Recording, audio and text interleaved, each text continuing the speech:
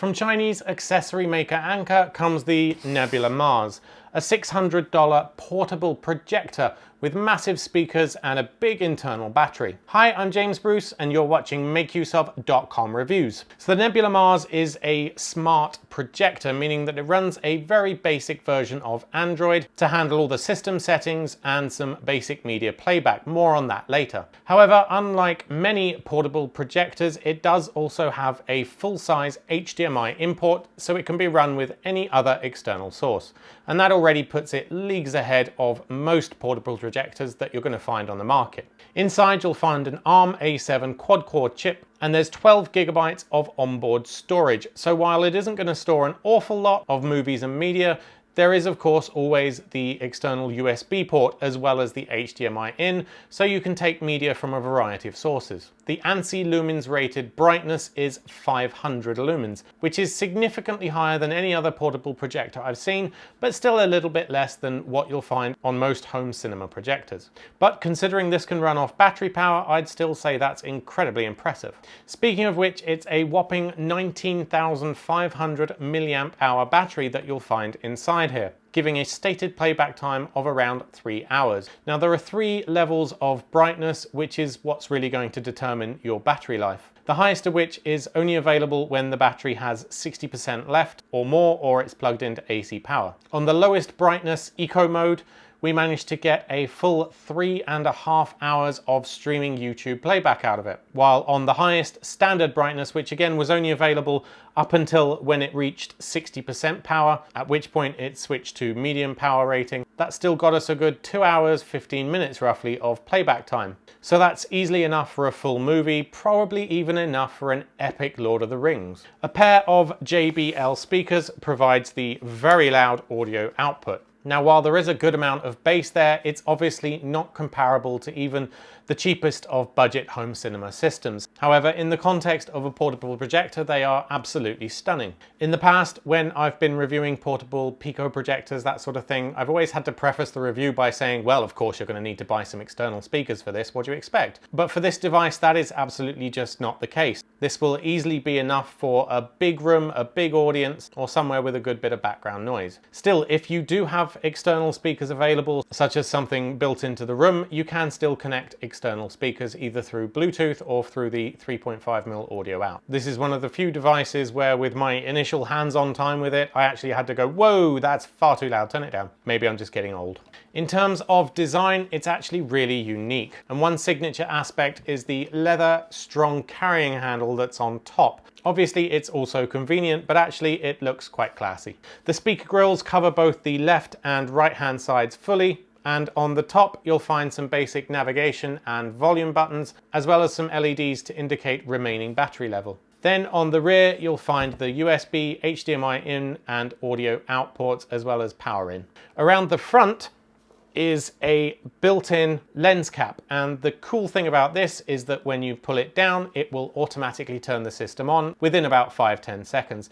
Now I know this is a really minor point to be impressed by, but actually that sort of demonstrates perfectly the sort of thoughtfulness that's gone into the overall design of the hardware. Now although it does have those controls on top, mostly you'll be using the included remote control. While it is basic, it doesn't have any air mouse gesture controls, for instance.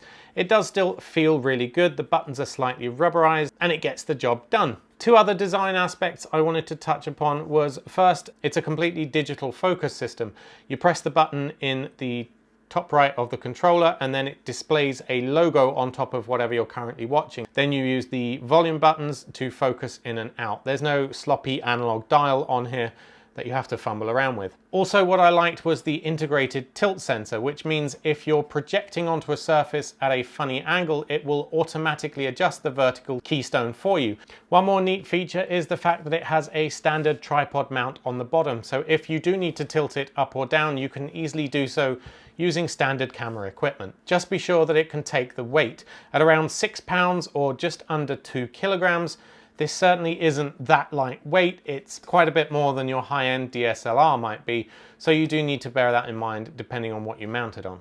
So obviously one of the most important aspects of a portable projector is going to be the image quality and brightness. And I have to say that in this respect, I was really impressed. The native resolution is 1280 by 800, which is slightly above 720p and nowhere near 1080p. However, in comparison to other portable projectors on the market, it is significantly higher than what you would get from those. Although probably a slightly unfair comparison, I did decide to run this alongside my own home cinema projector, which is an Optima 1080p model. And you can see for yourself in the video now that although there is clearly a difference between the image on the left and the one on the right, it's actually not that much of a difference. Now, this was when the screen was about 1 meter diagonal. Obviously, at larger sizes, you are going to notice a more pronounced difference between a 720p image and a 1080p image. It will be more pixelated.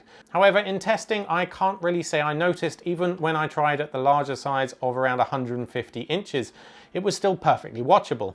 And overall, in terms of image quality and brightness, this is still leagues ahead of any portable projector I have ever seen. They've basically carved an entire niche for themselves here at the premium end of portable projection market. The throw ratio is about 1:1, which is to say that if you wanted to get a 100-inch screen, you would place the device roughly 100 inches away from the screen. Now again, this isn't as impressive as a standard home cinema projector, which is likely to be short throw, with a ratio of around 0.4. However, it is a lot better, again, than most of the portable projectors I've ever seen, which tend to have to be placed further back from the screen than the actual projection size you can get. So the largest screen I was able to test was about 150 inches, which is the standard projection screen I have at home.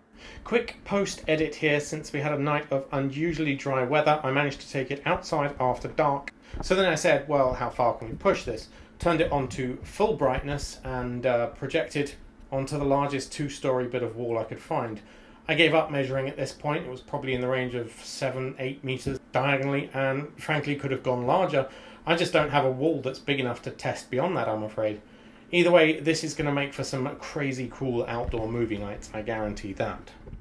Now obviously at that sort of screen size you are going to need a fairly dark room. However, it is still very impressive, to the point that you could easily use this as a general projector and not just for special events or outdoor sort of things. So where's the catch? Well, it's the software. While the interface is snappy and very easy to use, it's also based on Android 4.4. Yes, you did hear correctly, and that is a very ancient version of Android, which means it's highly unlikely to be compatible with some of your favorite apps. Now, while there are some applications available through the Aptoid App Store, it's an extremely limited selection. About 10-12 apps at most are available there, and even some of those don't function to the fullest extent because it doesn't have access to Google Play services.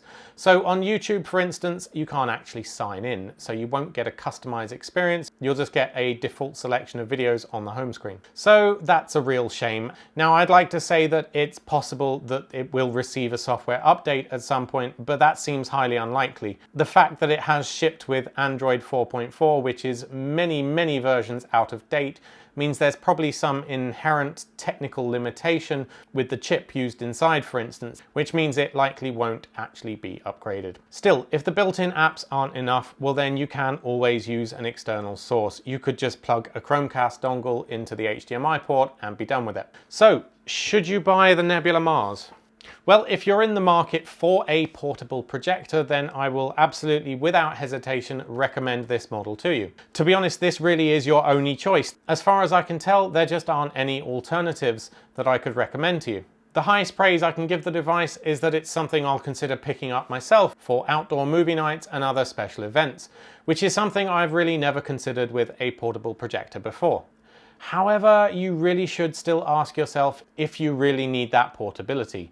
You are, after all, paying a premium for the fact that it has a massive battery in it. And if you don't really need it to be portable, well then for the same price you can get a full home cinema projector, which would give you an image that is both bigger, brighter and higher resolution.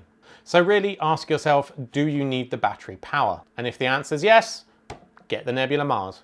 Anyway, thanks for watching. I hope you've enjoyed this review and found it useful. If you'd like to win a Nebula Mars for yourself, please click the link in the description. Head on over to MakeUseOf.com and you'll find the competition widget on my review page there. The competition runs for about 2 weeks from the date of this video, so be sure to enter quickly. And be sure to subscribe to this channel if you haven't already. We do twice weekly giveaways, gadget reviews, and technology tutorials from all of us at MakeUseOf.com. Until next time.